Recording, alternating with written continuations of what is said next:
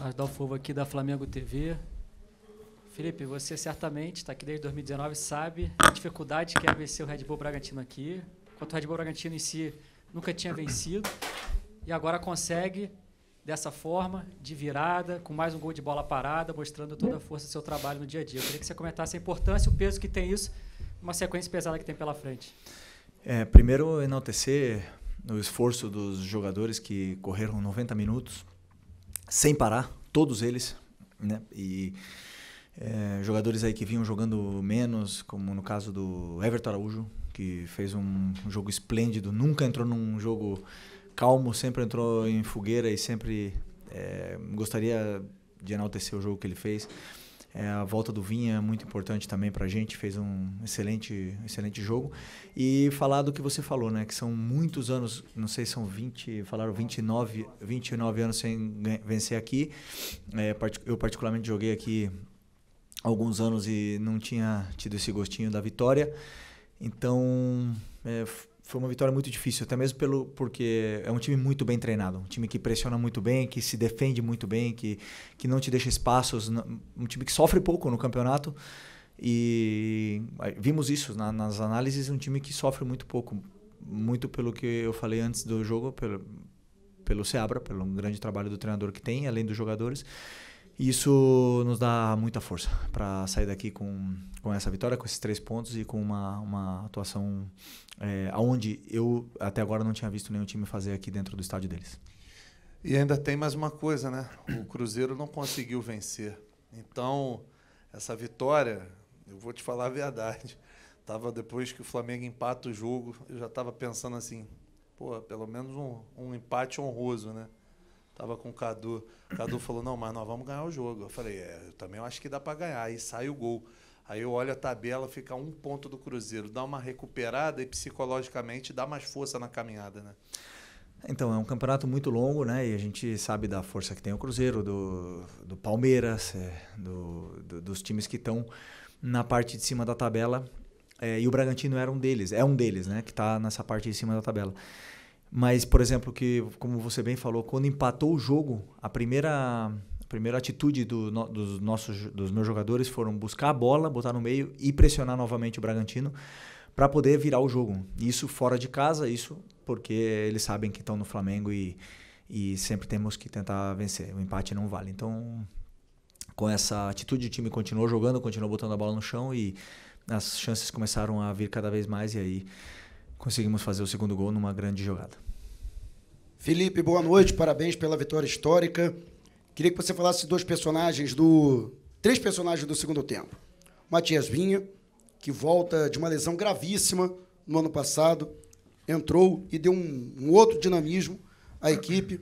O Alacian, mais uma vez, entrando muito bem e sendo decisivo. E o Wesley, até podendo passar para a gente, né, se já tem alguma definição com relação ao jogador, que já tem uma negociação em andamento com a Roma, existem especulações a respeito até mesmo de seu substituto, e faz o gol importantíssimo, um gol que entra para a história do Flamengo, nesse confronto com o Red Bull Bragantino. Bom, primeiro do Vinha, eu queria ter colocado ele de titular hoje, era meu pensamento de começar com ele, mas até conversei com o Arrascaeta antes do jogo e disse, né, que se eu começasse com ele, eu ia ter que tirar com 60 minutos, porque é um jogador que está, como eu falei na outra coletiva, 10 meses sem jogar 90 minutos. Então, preferi usá-lo no segundo tempo, onde o jogo já estaria mais aberto, onde poderíamos explorar mais essa força que ele tem, né, de ataque.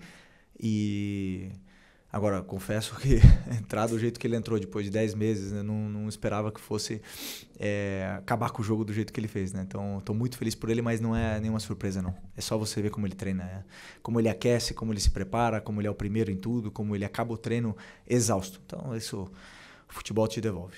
O Wallace é um jogador...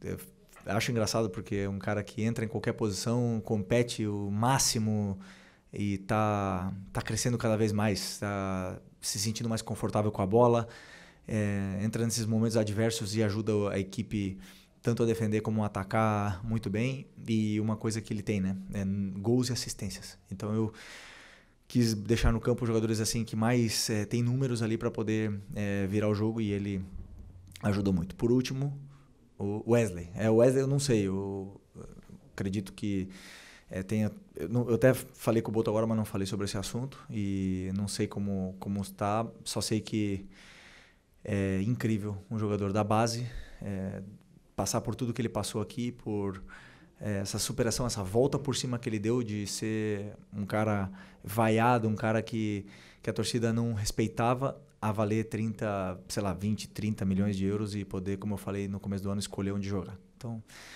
mérito dele, ele trabalha muito, ele buscou, ele acreditou, e se realmente for assim, ele for concretizado, só tenho agradecimento por tudo que ele fez pela gente, e que seja feliz sempre.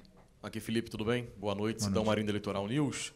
Flamengo, a partir de agora, entra numa sequência de jogos de Campeonato Brasileiro ao fim de semana, Copa no meio de semana, e a gente vê o elenco te dando cada vez mais opções, reforços da casa, e tem os reforços que estão chegando também para agregar o seu elenco. Queria te perguntar a importância de ter recuperação de jogadores como o Alan, o Everton Araújo, também o próprio Vinha que entrou, o Alacian, para essa sequência. E como você vai utilizar o seu elenco num todo nessa sequência de jogos de Copa do Brasil, Brasileiro, Copa Libertadores, que daqui até o fim da temporada deve ser assim. Obrigado. Bom, eu como falei no outro dia, eu confio muito nos jogadores, no elenco que eu tenho, eu confio muito na qualidade que eles têm, e sempre disse, né, que não é nenhum peso para mim falar que para mim são os melhores.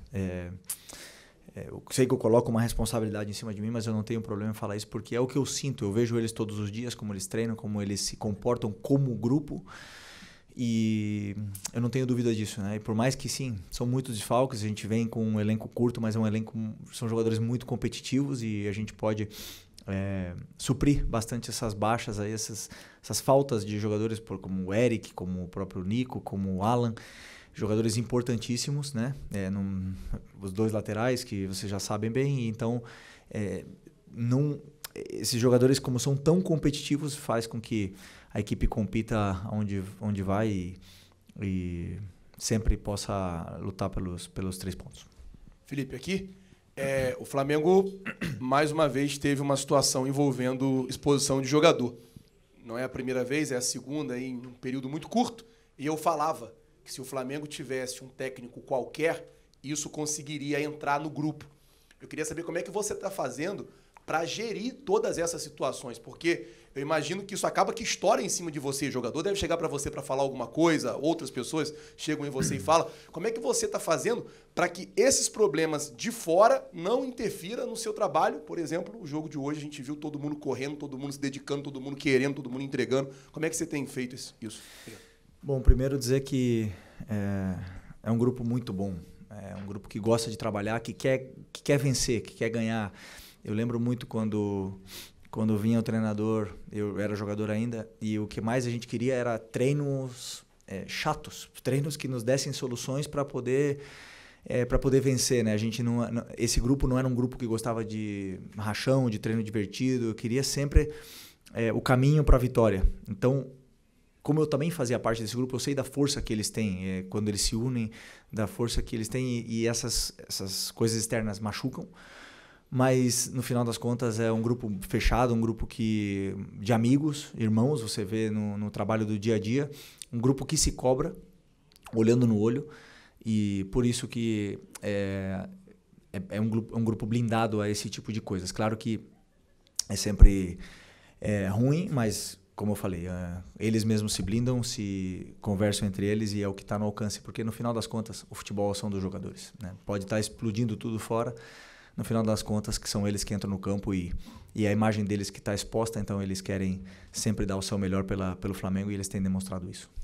Felipe aqui, Diego Pérez da Rádio 102 FM aqui de Bragança. Na última coletiva, você falou um pouco sobre o Fernando Seabra, que você acompanhava o trabalho dele no Cruzeiro, já tinha estudado, tinha ele como referência.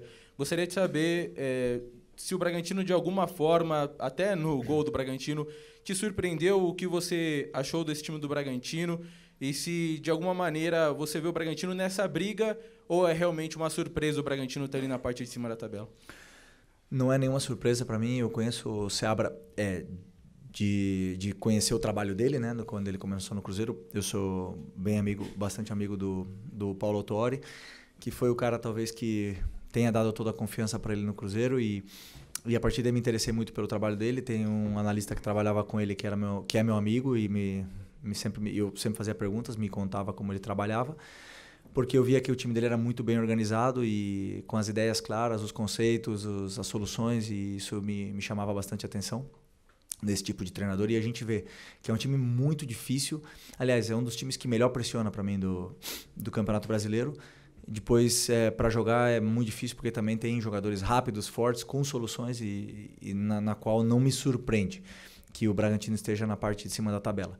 Agora, brigar pelo título num campeonato tão longo, com tantas viagens, um calendário tão complicado, aí já são palavras maiores. Mas não sei se foi 2 anos atrás, né? 2023, o Bragantino estava na briga até o final. Então, pela estrutura, pela organização, não tenho dúvida que é um time que sempre vai estar aí na parte de cima da tabela quando estiver assim.